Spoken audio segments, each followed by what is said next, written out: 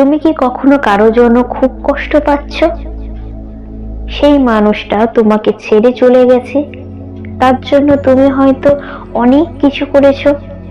এখন তুমি হাহাকার করছো যে সেই মানুষটা তোমাকে ছেড়ে চলে গেছে।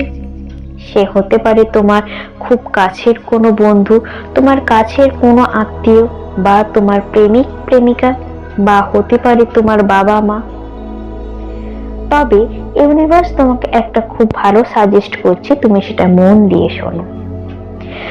যদি তুমি কখনো দুঃখ পাও যে তোমাকে কেউ ছেড়ে চলে গেছে, তোমার হয়তো মনে হচ্ছে যে তোমার গোটা পৃথিবীটা শূন্য হয়ে গেছে, সেই মুহূর্তে তুমি কি করবে? এটা একটা তো কঠিন সময়, নিজেকে তখন খুব একটা একা বলে মনে হয়। সেই সময় তুমি এই কাজটাই করতে পারো, নিজেকে ব্যস্ত করে দাও। যে জিনিসটা করলে তুমি আর সেই মানুষটাকে ভাবার সময়ই পাবে না।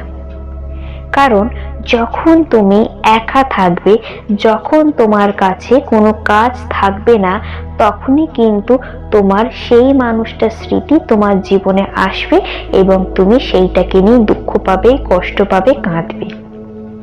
আজকের এই বার্তাটি কোনো কাকতালীয় বার্তা নয় যে তুমি এমনি এমনি শুনতে পাচ্ছ।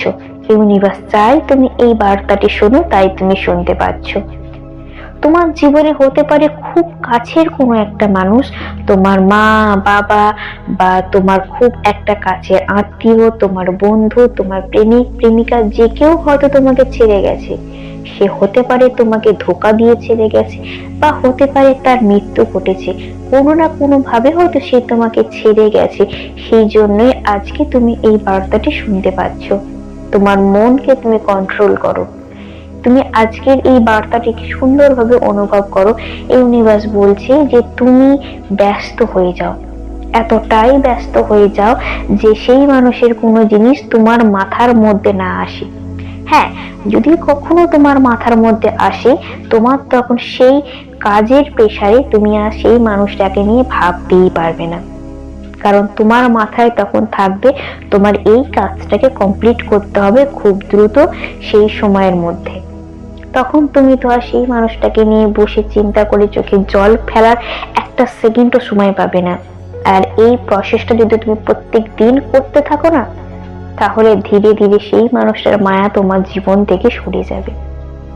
কারণ আমরা তখনই কষ্ট পাই যখন আমরা একা থাকি, যখন নির্জনতা থাকে, তখন তো স্মৃতিরা এন্ট্রি করে। তাহলে আমি কখনোই ফাঁকা থাকবো না, আমি নিজেকে এতটাই ব্যস্ত করে দেব যে আমি আর কোনো স্মৃতি আমার মনের মধ্যে প্রবেশ করতে দেব না।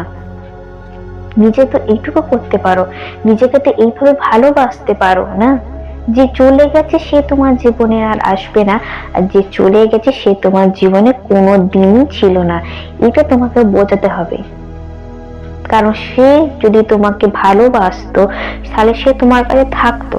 এবার কোনো কোনো মানুষের জীবনে এমন হতে পারে যে তার বাবা মা তাকে ছেড়ে চলে গেছে বা তাদের মৃত্যু ঘটেছে, সেটা হচ্ছে স্বাভাবিক বিষয়।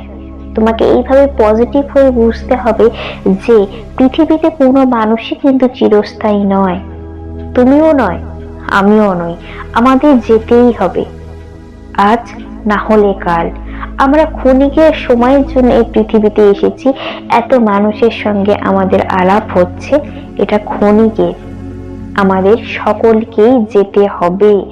এই বাস্তবতাটাকে মনের মধ্যে তোমাকে গেঁথে নিতে হবে। কিছু বছর থাকবো, সকলের সঙ্গে আনন্দ করব, মজা করব, তারপর আমরা এই পৃথিবী থেকে চলে যাব। সব থেকে বাস্তব জিনিস কি জানো তো?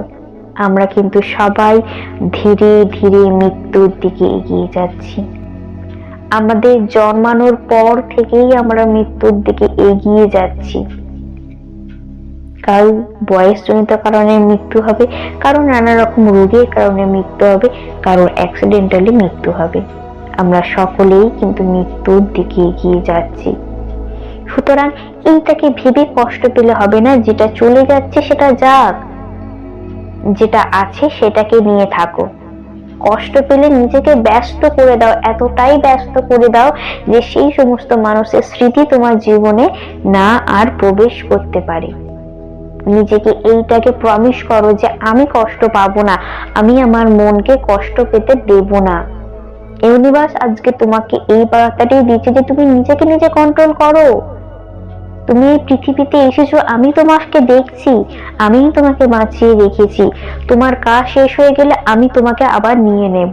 তার মধ্যখানে এত মানুষের সঙ্গে আমিই তোমার আলাপ করাচ্ছি। ইউনিভার্সকে বিশ্বাস রাখো।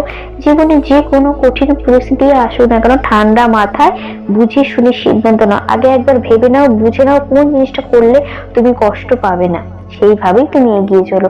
দেখবে তোমার জীবন খুব সুন্দর, খুব সুন্দর, খুব সুন্দর। ইউনিভার্সের আশীর্বাদ তোমার মাথার মধ্যে আছে। তুমি সামনের দিকে এগিয়ে চলো, তোমার আগামী জীবন সুন্দর হবে।